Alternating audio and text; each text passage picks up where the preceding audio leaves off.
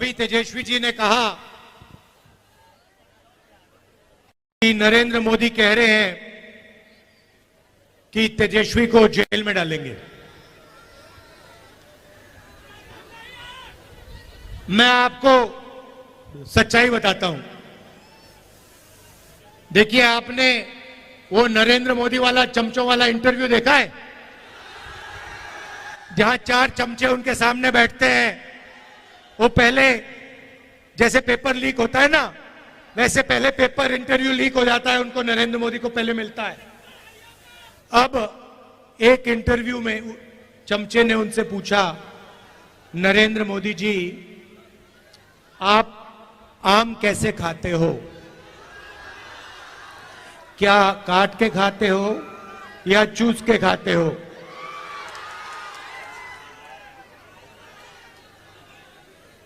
दूसरे ने पूछा, नरेंद्र मोदी जी, ये जो आप डिसीजन लेते हो, ये बड़े बड़े निर्णय लेते हो, ये आप कैसे लेते हो?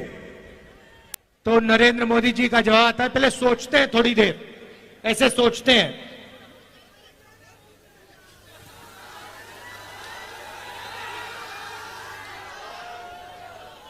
थोड़ा टाइम लगता है और फिर कहते हैं, ये जो निर्णय होते हैं इनको मैं नहीं लेता,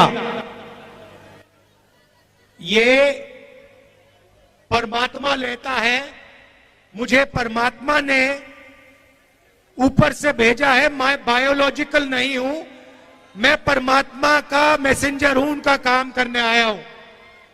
ये उन्होंने पता है क्यों कहानी निकाली है, ये परमात्मा वाली?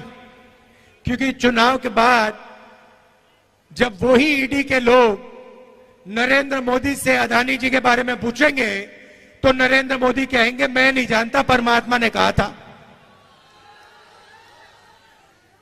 मोदी जी, आप लंबे लंबे भाषण देना बंद कीजिए। आप देश को बांटने की कोशिश नहीं कीजिए। आप सबसे पहले देश के युवाओं को यह बताइए, बिहार के युवाओं को यह बताइए कि आपने हिंदुस्तान के युवाओं को कितना रोजगार दिया, कितनी नौकरियां दी। आपने 2 करोड़ युवाओं को रोजगार देने की बात की थी, आपने एक युवा को नौकरी नहीं दी। यहां हाथ उठा के दिखाओ भैया, बेरोजगार, ये बेरोजगार हाथ उठा के दिखाओ। ये है नरेंद्र मोदी का नतीजा, इनकी पॉलिसी का नतीजा कि हिंदुस्तान में युवाओं को रोजगार नहीं मिल सकता। ये पहले आपके अलग अलग रास्ते थे। सेना में आप जा सकते थे, पब्लिक सेक्टर में जा सकते थे, प्राइवेट सेक्टर में आपको रोजगार मिल सकता था। नरेंद्र मोदी ने नोटबंदी, जीएसटी लागू करके रोजगार के रास्ते बंद किए और सेना में अग्निवीर लागू करके जवानों को मजदूर बना दिया। तो मैं आपसे सबसे पहले यह कहना चाहता हूं, नरेंद्र मोदी कुछ भी कहें, 4 जून के बाद इंडिया की सरकार आने वाली है। अग्निवीर योजना को फाड़ के हम कूड़ेदान में फेंकने जा रहे हैं। यह नरेंद्र मोदी की योजना है। आर्मी इस योजना को नहीं चाहती है, यह ऊपर से थोपी गई है और हमारा पहला काम अग्निवीर योजना को फाड़ कर कूड़ेदान में फेंकने का होगा। हम 2 तरीके के शहीद नहीं चाहते हैं। अग्निवीर योजना एक जवान को शहीद का दर्जा नहीं देगी और जो नॉर्मल तरीके से जवान बनेगा, जो अफसर होगा, उसे शहीद का दर्जा मिलेगा। अग्निवीर को पेंशन नहीं मिलेगी, दूसरे जवान को पेंशन मिलेगी। अग्निवीर को कैंटीन नहीं मिलेगी, दूसरे जवान को कैंटीन मिलेगी। ये अन्याय हम नहीं चाहते हैं, इसलिए अग्निवीर योजना को हम रद्द करने जा रहे हैं, खत्म करने जा रहे हैं। और जैसे पहले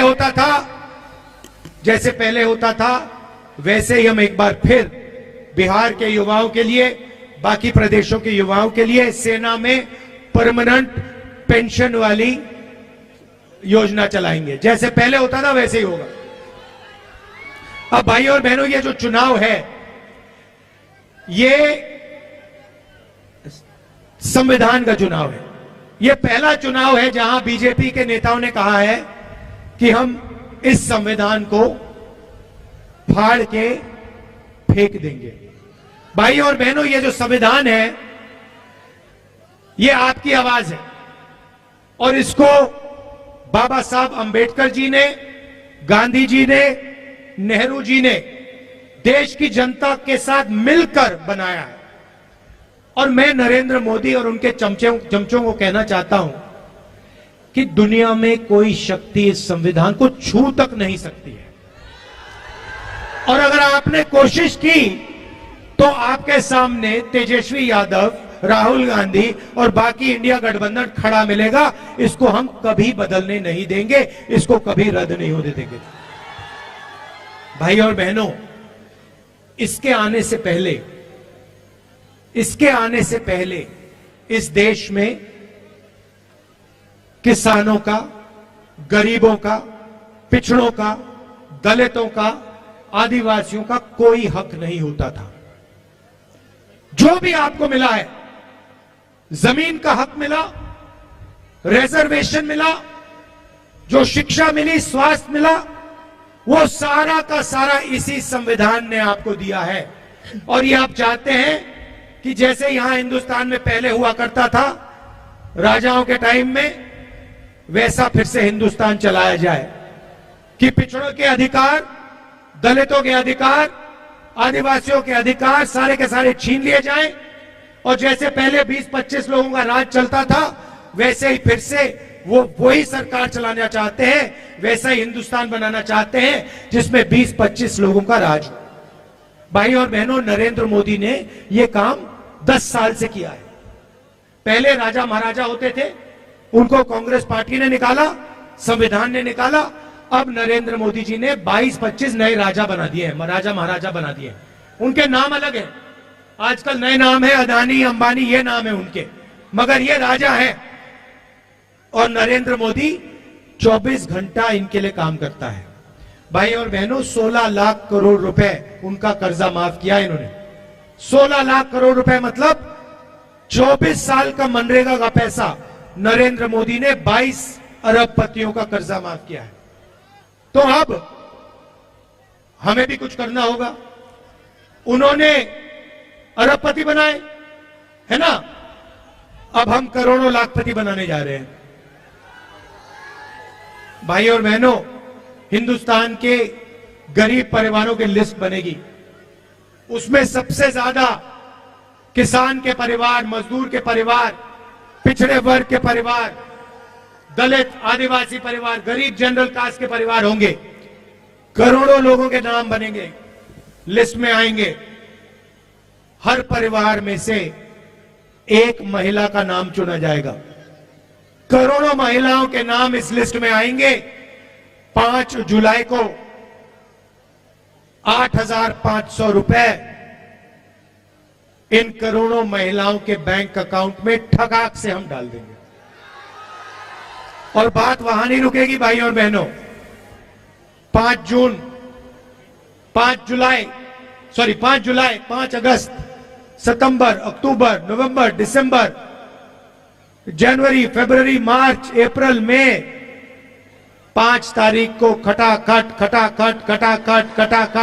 8,500 रुपए बैंक अकाउंट के अंदर। भाई और बहनों, साल का 1 लाख रुपया करोड़ों परिवारों के बैंक अकाउंट में हम डालने जा रहे हैं। खटाखट अंदर। ये मीडिया वाले कहेंगे गरीबों की आदत बिगाड़ रहे हैं, और हम इनको जवाब देंगे, जब आप करोड़ों, लाखों करोड़ों रुपए अरबपतियों का कर्जा माफ करते हो, तो उसे आप आदत बिगाड़ना क्यों नहीं कहते हो? जब गरीबों के बैंक अकाउंट में पैसा जाता है, मनरेगा योजना में जाता है, भोजन के अधिकार में जाता है, प्रेस के लोग कहते हैं कि आदत बिगड़ रही है। ठीक है, अगर आपको लगता है आदत बिगड़ रही है, हम आदत बिगाड़ेंगे। 1 लाख रुपए की आदत हम बिगाड़ के दिखाएंगे। तो 1 लाख रुपए हर गरीब महिला के बैंक अकाउंट में जाएगा। किसानों को कानूनी मिनिमम सपोर्ट प्राइस मिलेगी, कम से कम दाम अनाज के लिए, धान के लिए, शुगर केन के लिए, आलू के लिए हिंदुस्तान के सारे किसानों को मिलेगा। आज मजदूरों को मनरेगा में 250 रुपए मिलता है। 5 जून इंडिया की सरकार आएगी, 400 रुपए मिलेगा। आशा और आंगनवाड़ी में जो महिलाएं काम करती हैं, उनकी आमदनी 5 जून को हम दुगनी करने जा रहे हैं। सीधी सी बात है भाइयों और बहनों, जितना पैसा ये अरबपतियों को देंगे ना, गिन गिन कर उतना पैसा हम आपको देने जा रहे हैं, गरीबों को देने जा रहे हैं। अब इसके पीछे सोच है। आप ये मत सोचिए कि सिर्फ हम आपको पैसा दे रहे हैं, इसके पीछे बहुत गहरी सोच है। नरेंद्र मोदी जी ने क्या किया? अरबपतियों को पैसा दिया, उन्होंने इस पैसे को जाकर लंदन में, अमेरिका में, जापान में जाके खर्च किया। हिंदुस्तान की अर्थव्यवस्था को कोई फायदा नहीं हुआ, सारा का सारा पैसा बाहर चला गया। अब हम आपके बैंक अकाउंट में पैसा डाल रहे हैं, लाखों करोड़ रुपए हम डाल रहे हैं। यह पैसा आप बिहार में खर्च करोगे, गांव में खर्च करोगे, छोटे छोटे शहरों में खर्च करोगे, shirt, pant, motorcycle, mobile phone, ये चीजें खरीदोगे। जैसे ही आपने ये माल खरीदना शुरू किया, वैसे ही जो फैक्ट्रियां नरेंद्र मोदी जी ने बंद कर रखी थी, वो सारी की सारी फैक्ट्रियां चालू हो जाएंगी। और उन्हीं फैक्ट्रियों में बिहार और हिंदुस्तान के बेरोजगार युवाओं को रोजगार मिलेगा। हम आपको पैसा देंगे, आप माल खरीदोगे, फैक्ट्रियां माल बनाएंगी और फैक्ट्रियां चालू हो जाएंगी, और फिर आप युवाओं को उन फैक्ट्रियों में रोजगार मिलेगा। जैसे गाड़ी को जंप स्टार्ट करा जाता है ना, पहले पेट्रोल फ्यूल टैंक में डालते हैं, उसके बाद चाबी घुमाते हैं। नरेंद्र मोदी जी ने फ्यूल टैंक से पेट्रोल निकाल दिया, उसके बाद चाबी घुमाते हैं, गाड़ी स्टार्ट ही नहीं होती। अब हम फ्यूल टैंक में पेट्रोल डाल रहे हैं, डीजल डाल रहे हैं, आपके बैंक अकाउंट में लाखों करोड़ रुपए डाल रहे हैं।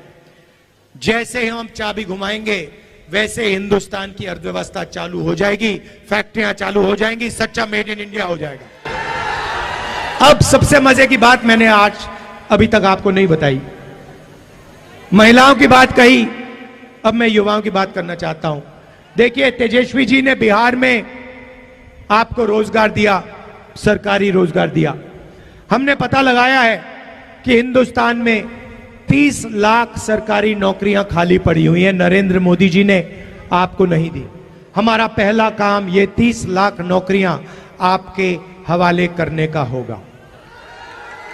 जैसे इन्होंने यहां बिहार में किया, वैसे ही हम जाके नेशनल लेवल में करेंगे, लाखों नौकरियां आपके हाथ हम दे देंगे। दूसरा काम और शायद सबसे क्रांतिकारी काम, हमने पहले मनरेगा में रोजगार का अधिकार दिया था, मगर जो ग्रेजुएट्स होते हैं, डिप्लोमा होल्डर्स होते हैं, कॉलेज यूनिवर्सिटी के ग्रेजुएट्स, वो मनरेगा नहीं करते हैं। इसीलिए हमने ग्रेजुएट्स के लिए एक नया अधिकार दिया है। अधिकार का नाम पहली नौकरी पक्की। पहली नौकरी पक्की का मतलब क्या होगा, मैं बताता हूं।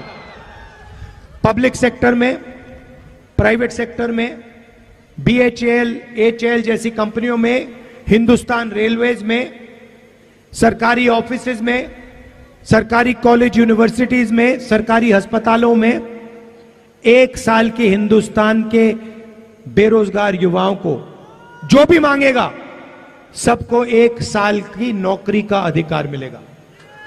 उसमें ट्रेनिंग मिलेगी, 1 साल की नौकरी मिलेगी, महीने का 8,500 रुपए, साल का 1 लाख रुपए खटाखट बैंक अकाउंट में जाएगा। जो ये पैसा हम महिलाओं के खाते में डाल रहे हैं, किसानों के खाते में डाल रहे हैं, मजदूरों को दे रहे हैं, बेरोजगार युवाओं को दे रहे हैं, इसी से हिंदुस्तान की अर्थव्यवस्था जंप स्टार्ट होगी, चालू होगी। ये हमारी सोच है, क्रांतिकारी सोच है। ये किसी भी दुनिया की किसी भी सरकार ने ऐसा काम नहीं किया है। इंडिया गठबंधन की सरकार पहली बार यह काम करने जा रही है। इससे हिंदुस्तान के गरीबों को जबरदस्त फायदा होने जा रहा है। भाई और बहनों, लड़ाई इसकी है, अगर यह चला जाएगा आपके अधिकार चले जाएंगे, आपका पूरा का पूरा रिजर्वेशन चला जाएगा, आपको स्कूलों में नहीं जाने देंगे, कॉलेज यूनिवर्सिटी में नहीं जाने देंगे, जो भी आपको मिला है वो सब खत्म हो जाएगा।